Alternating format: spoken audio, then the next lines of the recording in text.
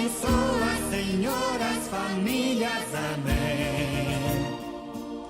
Abençoa, Senhor, a minha também. Olá, eu sou o Ricardo da Zélia. Eu sou a Zélia do Ricardo.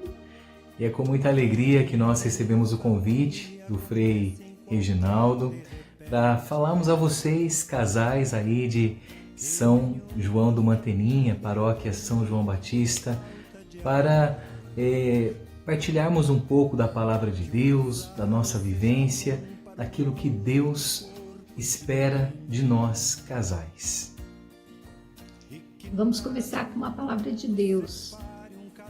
Portanto, quem ouve essas minhas palavras e as põe em prática é como um homem prudente que construiu sua casa sobre a rocha. Caiu a chuva, vieram as enchentes, os ventos sopraram com força contra aquela casa, mas a casa não caiu porque estava construída sobre a rocha.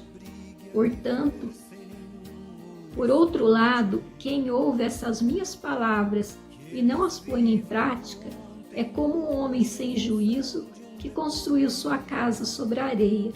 Caiu a chuva, vieram as enxurradas, os ventos sopraram com força contra a casa e a casa caiu e a sua ruína foi completa.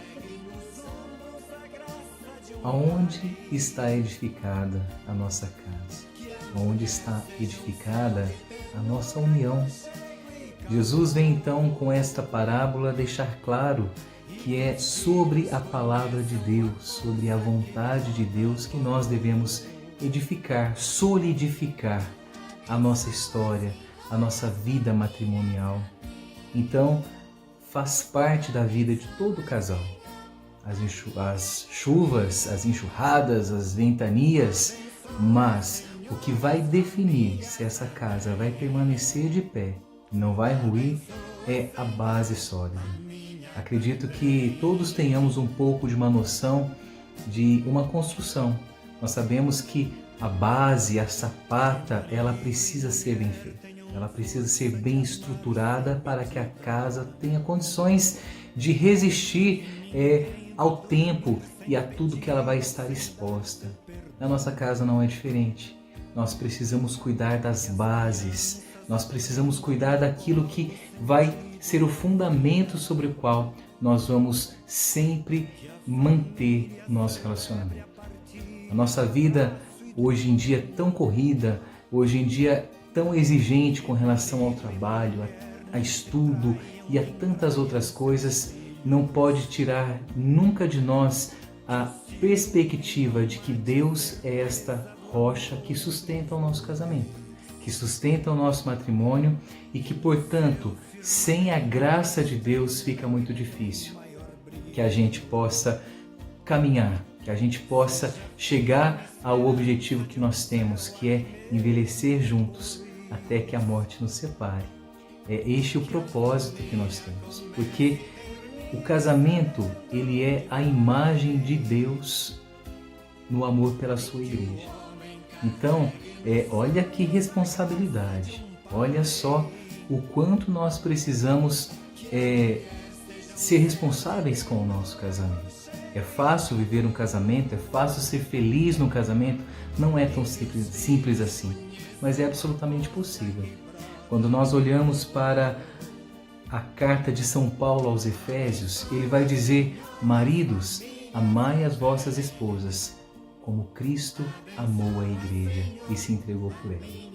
Então, este é um amor verdadeiro. E hoje, por incrível que pareça, nós precisamos relembrar o verdadeiro valor, o verdadeiro sentido da palavra amor.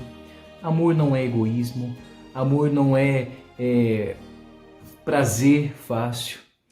Muito pelo contrário, amor é muito mais sinônimo de doação, porque como Cristo se entregou por nós, aqui atrás tem uma cruz, né? Ali foi dando a sua vida.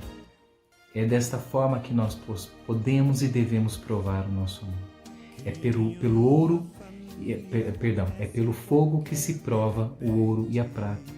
E no nosso casamento, no nosso dia a dia, muitas e muitas vezes nós seremos provados, nós teremos períodos de dificuldade, mas se Deus é o centro da nossa casa, se Ele é a rocha sobre a qual ela está edificada, nós vamos conseguir passar por todas as situações.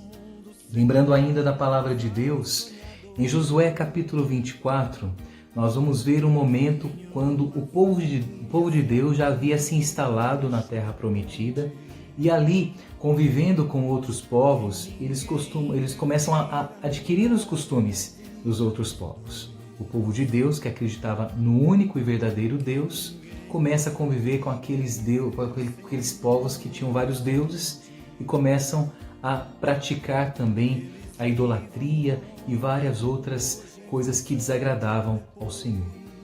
Então Josué, que tinha sido aquele colocado por Deus no lugar de Moisés, no comando daquele povo, ele vai reunir o povo quando ele percebe que já está na sua idade avançada.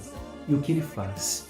Ele começa a relembrar aquele povo todos os feitos e prodígios que Deus tinha feito em favor daquele povo. Tinha retirado o povo da escravidão do Egito, tinha dado o alimento, como o maná, tinha mandado as codornizes e todos os livramentos que Deus proporcionou na vida daquele povo. E depois de relembrar tudo o que Deus tinha feito, ele faz essa exortação. Escolhei, pois, hoje a quem vós quereis servir. Porque quanto a mim, eu e minha casa serviremos ao Senhor. Então essa tem que ser uma convicção. Isso tem que ser relembrado dia a dia. Porque muitas vezes envolvidos aí no mundo tão secularizado, no mundo de tão maus costumes, que os bons costumes precisam ser lembrados. As graças de Deus em nosso favor precisam ser lembradas. Né, bem? Nesses quase 20 anos de casamento, quanto Deus foi misericordioso conosco. Não é o objetivo do vídeo não é esse, mas a minha esposa, ela é cadeirante, teve paralisia infantil aos 11 meses e contra toda a expectativa médica, Deus nos deu uma filha linda, uma filha perfeita e hoje já está com 15 anos. E nós precisamos de vez em quando fazer memória de tudo que Deus faz em nosso favor. Nos momentos de dor, como nós temos vivido agora esse momento de pandemia, onde nós ficamos preocupados com a doença, preocupados com a questão social, financeira, com a questão do desemprego. Quanta coisa vem hoje bater na nossa porta, mas ao invés de nos desesperarmos e buscarmos em outro lugar o socorro, nós temos que olhar para Deus e lembrar tudo o que Ele fez em nosso favor. Ao longo da nossa vida, ao longo da nossa história, como Josué foi lembrando aquele povo para concluir: quanto a mim, eu e minha casa serviremos ao Senhor.